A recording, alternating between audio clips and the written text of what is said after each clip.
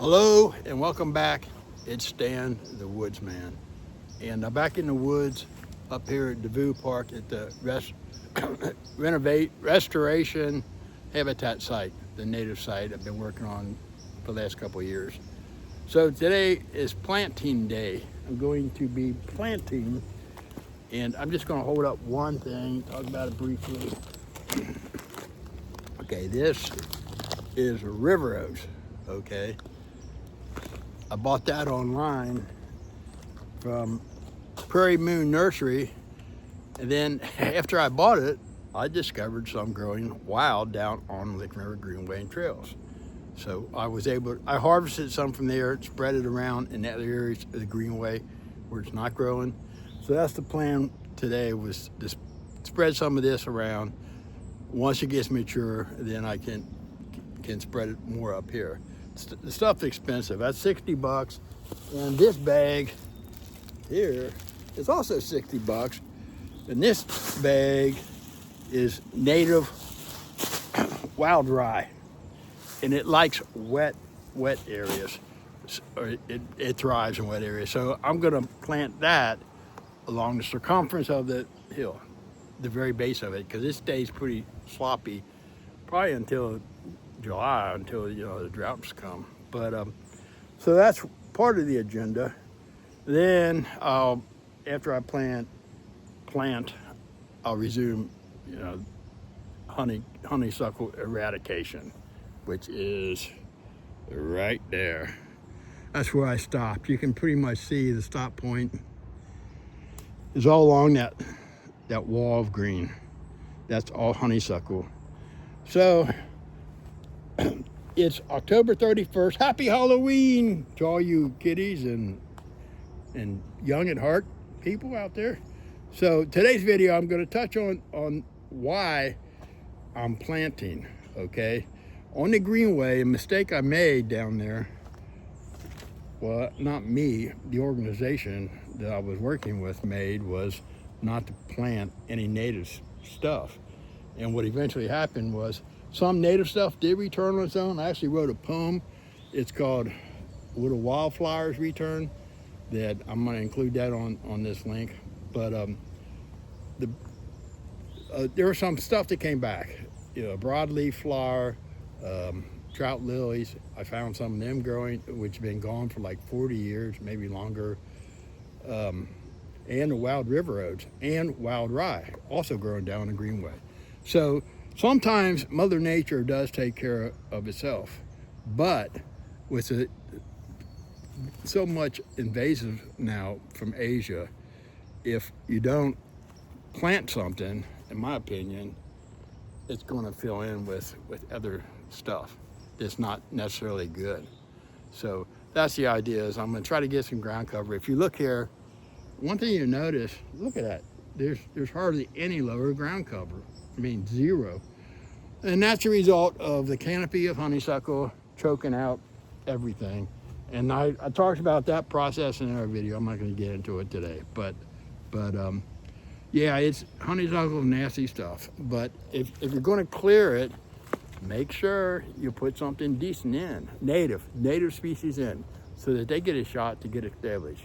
So that's the plan today. So, and then when I wrap up, I'm going to close with a birthday greeting I received for my birthday, Big 7-0. Yeah, I know. So I do have a life beside hanging out up here and messing around in the woods.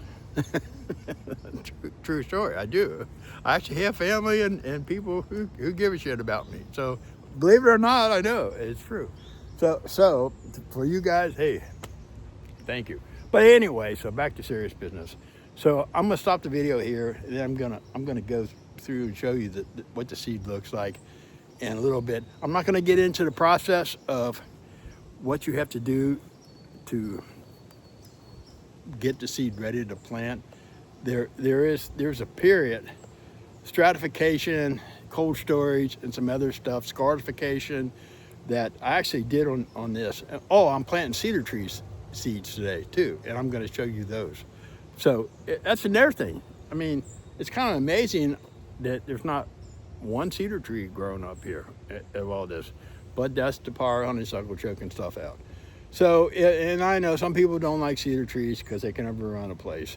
But it's why they call it forest management. If they get too thick, I can either transplant them when they're young, or you just remove them. I mean, you know, so it help Mother Nature out. That's the thing. You know, there's gaps up here. I'm gonna put some of the wild river oats in these gaps that are created. They get plenty of sunlight. So, you know, we'll see. And I won't, here's the kicker. I won't be able to tell until probably next December if anything's coming up, because it takes a while. It'll take a while for the undergrowth to die back, and I can spot the stuff. So anyway, so that's the plan. I'm going to show you the seeds and then wrap up with the birthday thing. So today's October 31st, like I said, 2025, Halloween, and the trees are starting to turn and drop their leaves. So, and you can see deer, you can see birds, you can see nature at its finest up here. And, you know, before you couldn't. I mean, there is no way. I mean, look at that. Nobody can see through that stuff. So, all right, let me pause the video for just a minute. Okay, part 2. I'm going to show you what the native seed looks like. And this is the wild river oats, and it actually looks like oats, you know, that you know buy for breakfast. But there's a Latin name, or scientific name. 7 ounces bulk. Brought it from Prairie Moon Nursery, which has pretty good stuff. You can buy packed or bulk, and you know, all different price weights. You can actually buy plants, which are really expensive. So I'm going to hold them side by side. You can kind of see, you know, it's a different texture to the seed on the wild rye. It's a little thinner, whereas it's a little bulky on that. But I like the river oats, how it hangs. I think it's a really attractive plant in the fall. I think it looks cool. So these are the 2 wild grasses that I'm putting up here. And like I said, the wild rye is going at the base of the hill. So for the cedar trees, I collect it and process the seeds, and you can barely see them in there. Little brown specks, they'll in there. But I don't want to dump this. But that's one way to preserve it, is with sand. The other way is to use paper towels. I think you can see that a little better. See it in there? And I actually boiled these for a minute. I followed Google's advice, and you scartify it, they call it. You submerge it in boiling water for 1 minute, and then put it in and rinse and put it in cold water. It's supposed to leave it soaked for 24. And then you don't want these to dry out. If they dry out, they're not viable. They won't germinate. So the last one, and I forgot about these, and I think that one might have a little mold growing on it, which happens. You don't want them too wet, because then mold pops up. And you can rinse them with a bleach solution, like, I don't know, 10% bleach. But you can clip the end of these to speed up the germination, but you can Google it. These are pawpaw seeds. I forgot about these. Come out of my backyard from a native pawpaw tree that I grew, and collected from up here at Devou Park. There are native pawpaw trees growing up here. So with that pretty much wraps up today's video. I'm gonna plant this stuff, and then this afternoon I'll start back again on chainsaw and honeysuckle.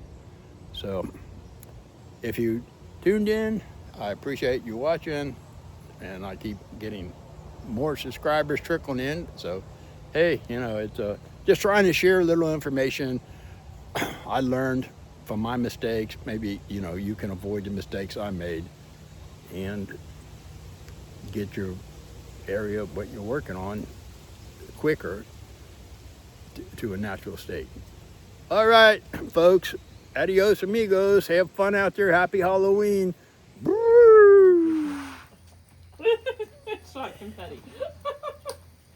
Oh, hey, ready? 1, 2, 3. Happy birthday to you.